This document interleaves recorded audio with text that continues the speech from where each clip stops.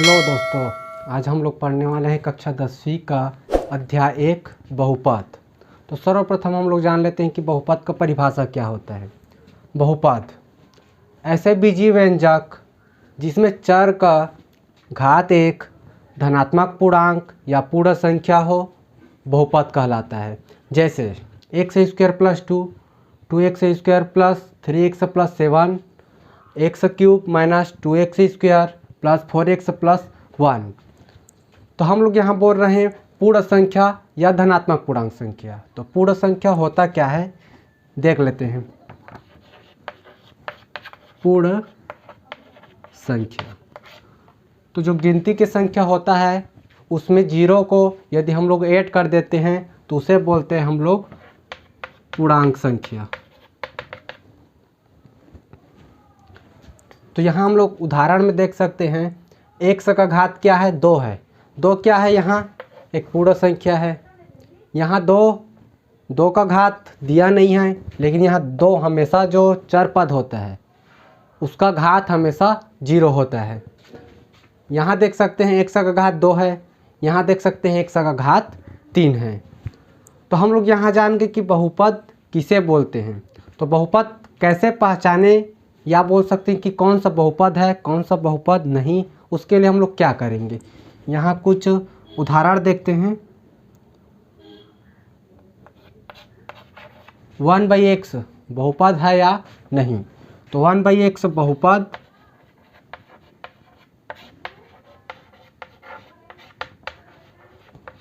नहीं है। उसके बाद अगर करनी 1 से देखें तो ये भी बहुपद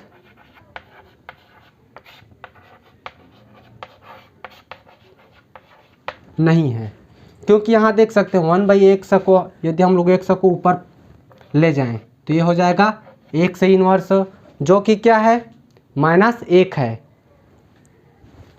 और करनी x को हम लोग लिख सकते हैं x का घात 1/2, जो कि 1/2 भी क्या नहीं है, पूर्ण संख्या नहीं है। यह हो गया हम लोगों का बहुपद का परिभाषा। अब हम लोग पढ़ने वाले हैं बहुपद का प्रकार। तो बहुपद का प्रकार 2 बेस पे होता है, एक बहुपद के घात के आधार पर और एक पद के आधार पर। ठीक है, अभी हम लोग पढ़ेंगे बहुपद घात के आधार पर बहुपद। तो घात का आधार पर बहुपद 5 प्रकार के होते हैं। पहला रैखिक बहुपद, वह बहुपद जिसमें चर राशि का अधिकतम घात कितना होना चाहिए, 1 होना चाहिए। जैसे देख सकते हैं इसमें 2x प्लस 3 में x का घात कितना है, 1। फिर 4x प्लस 1 में x का घात है 1। या और दूसरा एग्जांपल देख सकते हैं, जैसे अगर 3y प्लस 2 ले लें तो इसमें y का घात कितना है, 1। उसके बाद इसका दूसरा प्रकार होता है द्विघात बहुपद। तो वह बहुपद जिसमें चर राशि का अधिकतम घात कितना होना चाहिए, 2 होना चाहिए। इसमें हम लोग देख सकते हैं x का घात कितना है, 2। यहाँ भी x का घात कितना है, 2। और कोई एग्जांपल ले सकते हैं, जैसे 2y स्क्वायर प्लस 3। उसके बाद आता है तीसरा प्रकार त्रिघात बहुपद। तो त्रिघात बहुपद ऐसे बहुपद जिसमें चर राशि का अधिकतम घात कितना होना चाहिए, 3 होना चाहिए। इसका प्रकार देख सकते हैं 2x cube plus 3x minus 5x plus 1। उसी प्रकार चौथा इसका प्रकार है अचर पद बहुपद।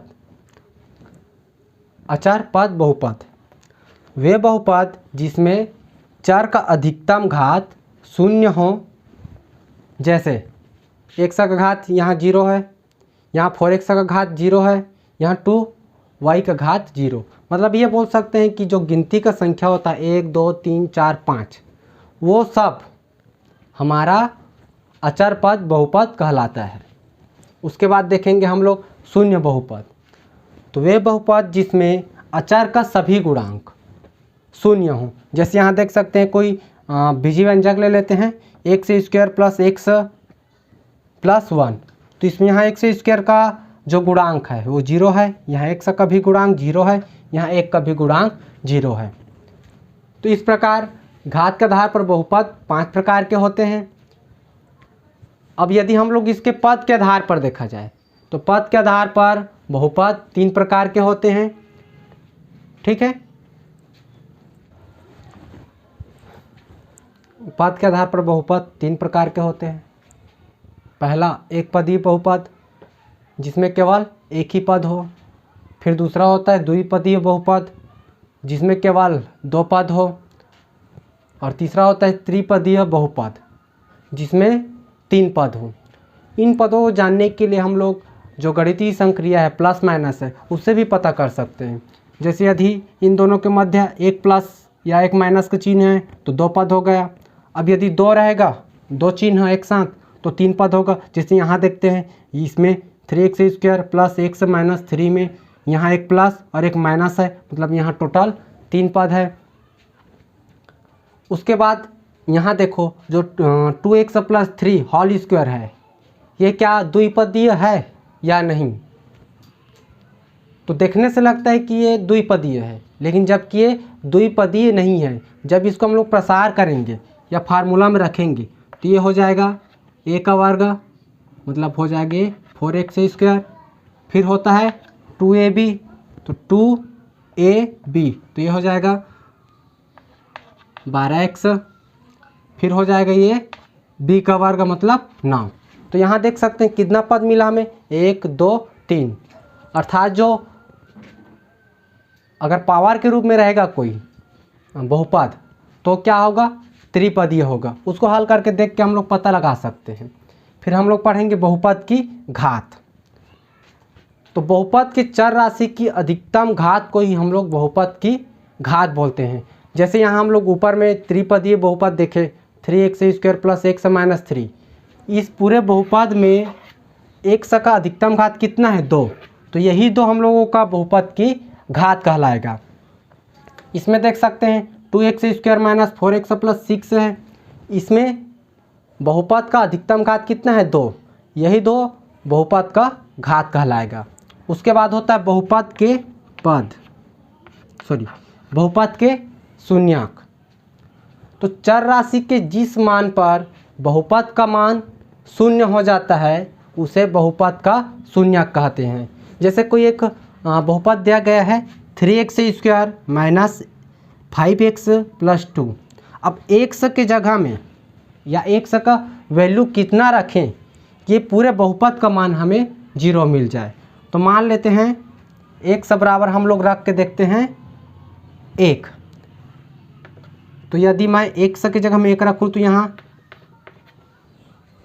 3 1 का स्क्वायर मिल जाएगा। फिर माइनस 5 का गुणा 1 के साथ होगा तो -5 प्लस 2। अब 3 और 2 को जोड़ेंगे तो 5 और 5 में 5 घटाएंगे तो 0। तो x बराबर कितना रखे तो ये बहुपद का मान 0 आया, तो 1। तो 1 बहुपद का शून्यक कहलाएगा।